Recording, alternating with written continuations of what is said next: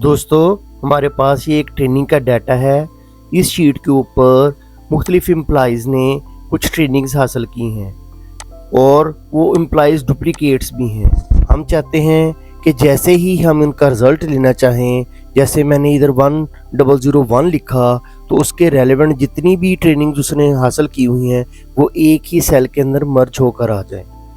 ये आम लुकअप के ज़रिए तो पॉसिबल नहीं है, तो हम दो मुख्तलिफ ट्रिक्स के ज़रिए इसको परफॉर्म करेंगे। तो मेरी वीडियो को एंड तक देखिएगा। मैं हूं मुबशर अली और आप देख रहे हैं एक्सेल लैब पीके। ये हमारी प्रैक्टिस फाइल है। इसके ऊपर सबसे पहले मैं फार्मूले के ज़रिए रिज़ल्ट लूँगा। फार्मूला लिखने के लिए मैं इक्वल का साइन डालूँगा और इफ़ कमांड को शुरू करूँगा और ब्रैकेट शुरू करूँगा और उसकी जो पैरामीटर्स ओपन होंगे सिंटैक्स के, वहाँ पे लॉजिक टेस्ट जो होगा कि ये वाली मेरी जो वैल्यू है इक्वल हो इस रेंज के जहाँ पे मेरे एम्प्लॉय कोड्स लिखे हुए हैं। तो क्या करे, अगर वैल्यू ट्रू हो कॉमा डालूँगा तो पैरामीटर आगे मूव कर जाएगा। तो वैल्यू इफ़ ट्रू का जो ऑप्शन होगा वो एक्टिवेट हो जाएगा कि अगर मेरी वैल्यू ट्रू में आए तो कौन सा रिज़ल्ट होना चाहिए, ये वाला रिज़ल्ट फेच करके दे। और अगर वैल्यू फॉल्स हो तो क्या करे, वहाँ पे खाली, यानी कि वहाँ पे मैं इन्वर्टेड कॉमास लगा दूंगा। इसका मतलब है कि वो ब्लैंक उसको शो कर दे। मैं एंटर करता हूँ तो देखें जहाँ जहाँ मेरी वैल्यूज़ का रिज़ल्ट था उसी रो के अंदर उसका रिज़ल्ट आ गया। अब मैंने इसको एक ही सेल के अंदर मर्ज करना है, तो उसके लिए मैं इसके साथ कनकैट फंक्शन यूज़ करूँगा। इफ फंक्शन से पहले मैंने कनकैट फंक्शन लगा दिया और उसकी ब्रैकेट क्लोज कर दी और एंटर किया। तो देखें ये रिज़ल्ट इसके अंदर आ गया है। लेकिन यहाँ पे एक प्रॉब्लम है कि हर जो मेरा रिज़ल्ट है उसके बाद एक नीचे लाइन होनी चाहिए। तो उसके लिए मैं क्या करूँगा, इसको दोबारा डबल क्लिक करूँगा और जहाँ पे मेरा ये वाला रिज़ल्ट आया था कि जो वैल्यू इफ़ ट्रू हो, उसके फ़ौरन बाद कॉमे से पहले मैं एम्परसैंड का साइन यूज़ करूँगा, यानी दो फंक्शंस को जोड़ूंगा मैं आपस में और उसके अंदर करैक्टर 10 का जो फंक्शन होगा वो मैं यूज़ करूँगा। इसकी ब्रैकेट क्लोज कर दूंगा। करैक्टर 10 क्या करेगा कि इस जैसे रिज़ल्ट आता जाएगा हर रिज़ल्ट के बाद एक लाइन इंसर्ट कर देगा। अब मैं एंटर करता हूँ तो ये देखें मेरा जो रिज़ल्ट है वो प्रॉपरली इस सेल के अंदर आ गया जहाँ पे मुझे रिक्वायर्ड था। तो चलें अपने दूसरे मेथड की तरफ चलते हैं। दूसरे मेथड में हम पावर क्यूरी का इस्तेमाल करेंगे और अपने तमाम रिजल्ट्स को एक ही सेल के अंदर कनकैटिनेट करेंगे, ज्वाइन करेंगे। उसके लिए ज़रूरी है कि मेरा जो डाटा है वो टेबलर फॉर्म में हो। टेबल फॉर्म के अंदर कन्वर्ट करने के लिए मैं कीबोर्ड से कंट्रोल टी प्रेस करूँगा या इंसर्ट टैब से ये वाला टेबल को क्लिक करूँगा तो एक ही विंडो आएगी क्रिएट टेबल की। उसके ऊपर माई टेबल हैज़ हेडर्स, ये चेक बॉक्स जो चेक होना चाहिए उसको ओके कर दूंगा। अब मेरा डाटा टेबल में कन्वर्ट हो चुका है। अब सिंपली मैं डाटा टैब के अंदर जाऊंगा और यहाँ से गेट एंड ट्रांसफॉर्म डाटा से फ्रॉम टेबल एंड रेंज इस ऑप्शन को क्लिक करूंगा तो मेरा डाटा ऑटोमेटिकली पावर क्यूरी के अंदर ट्रांसफ़र हो जाएगा। यहाँ पे मुझे ये करना है कि ये मुझे तीनों कॉलम जो हैं वो रिक्वायर्ड हैं, ये कॉलम मर्ज हों और उसके आगे उनका जो रिज़ल्ट है वो भी एक सेल के अंदर मर्ज हो। तो मैं शिफ्ट की को प्रेस करके इन तीनों कॉलम्स को सिलेक्ट कर लूँगा और होम टैब के अंदर ही ये हमारे पास एक ग्रुप बाय ऑप्शन आ रहा है, इसको मैं क्लिक कर दूँगा। विंडो ओपन हो जाएगी ग्रुप बाय की।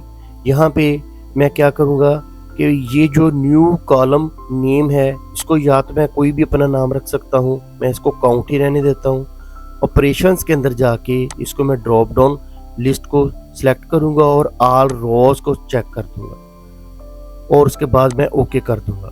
ये देखिए मेरा डाटा जो है वो टेबल के अंदर कन्वर्ट हो गया है। अब मैंने इस कॉलम को सिलेक्ट करना है और यहाँ पे एक नया कॉलम इंसर्ट करना है। कॉलम कहाँ से इंसर्ट करेंगे, ये ऐड कॉलम्स के अंदर से इंसर्ट करेंगे और कस्टम कॉलम इसको मैं क्लिक करूँगा। यहाँ पे मैं छोटा सा कोड टाइप करूँगा, आप उसको लिख लें ताकि आपको याद रहे। टेबल डॉट कॉलम COLUMN और उसके बाद मैं ब्रैकेट ओपन करूँगा। ये चीज़ का ध्यान रखना है कि टेबल का T और डॉट कॉलम का सी जो है वो अपर केस में होना चाहिए। उसके बाद मैंने अपने डाटे को जिस नेम के अंदर मैंने ग्रुप किया था उसको सिलेक्ट करूँगा। उसका नाम मैंने काउंट ही रहने दिया था और उसको सिलेक्ट करूँगा और इंसर्ट टैब कर दूँगा। ये यहाँ पे फार्मूला के अंदर मूव हो जाएगा। उसके बाद मैं कॉमा डालूँगा, स्पेस देकर अपनी जो हेडिंग थी मेरी एक्सेल के ऊपर, जिसको डाटे को मैंने मर्ज करना है, ग्रुप करना है, उसको मैं इधर टाइप करूँगा इन्वर्टेड कॉमास के अंदर। उसका नाम ट्रेनिंग था तो मैं ट्रेनिंग ही रखूँगा इसका नाम और इसको ब्रैकेट क्लोज कर दूंगा और इसको ओके कर दूंगा। जैसे मैं ओके करूंगा तो एक लिस्ट जो है इसके अंदर क्रिएट हो जाएगी। इसके ऊपर 2 एरोज आ रहे हैं, इसको मैं क्लिक करूंगा और एक्सट्रैक्ट वैल्यू, इसको मैं क्लिक कर दूंगा। अब एक्सट्रैक्ट वैल्यूज फ्रॉम लिस्ट, हमने लिस्ट में से जो वैल्यूज एक्सट्रैक्ट करनी है उसके अंदर डिलीमीटर कौन सा रखना है वो मैं कस लेता हूँ। डिलीमीटर यानी स्पेस देनी है, कॉमा देना है, उसके अंदर स्लैश डालनी है, वो हम इधर खुद टाइप करेंगे। मैं इधर स्पेस देता हूँ या पहले कॉमा डाल देता हूँ उसके बाद स्पेस दे देता हूँ और ओके कर देता हूँ। तो देखिएगा तमाम का तमाम डाटा जो है वो फैच होके एक ही सेल के अंदर आ गया और उसके अंदर कॉमा और स्पेस है। अब हमने क्या करना है, सिंपली होम टैब में जाना है और क्लोज एंड लोड इसको हमने ओके कर देना है। ये क्या होगा, हमारा डाटा जो होगा वो ये देखिए उसका नेम भी आ रहा है, फादर नेम भी आ रहा है और तमाम का तमाम जो रिजल्ट है वो एक ही सेल के अंदर कन्वर्ट होके आ रहा है। अगर हम इसको क्लोज एंड लोड टू का फंक्शन यूज करेंगे तो उसके लिए हम क्या करेंगे, अपनी पावर क्वेरी विंडो के ऊपर ही रहते हुए हम होम टैब के अंदर जाएंगे और क्लोज एंड लोड टू को सिलेक्ट कर देंगे और इसके ऊपर एक विंडो आएगी कि हमने डाटा कहाँ पे इंसर्ट करना है। मैं एग्जिस्टिंग वर्कशीट को सिलेक्ट करता हूँ और इधर यहाँ पे मैं सिलेक्ट कर देता हूँ रेंज को और ओके कर देता हूँ। देखिएगा मेरा डाटा उसी शीट के ऊपर फैच होके आ गया है। और इसके अंदर एक चीज़ और आपको वाजे कर दूँ कि जैसे ही हम इसके अंदर कोई और डाटा ऐड करेंगे तो वो रिफ़्रेश करने के ऊपर इसके अंदर ऑटोमेटिकली फैच होके आएगा।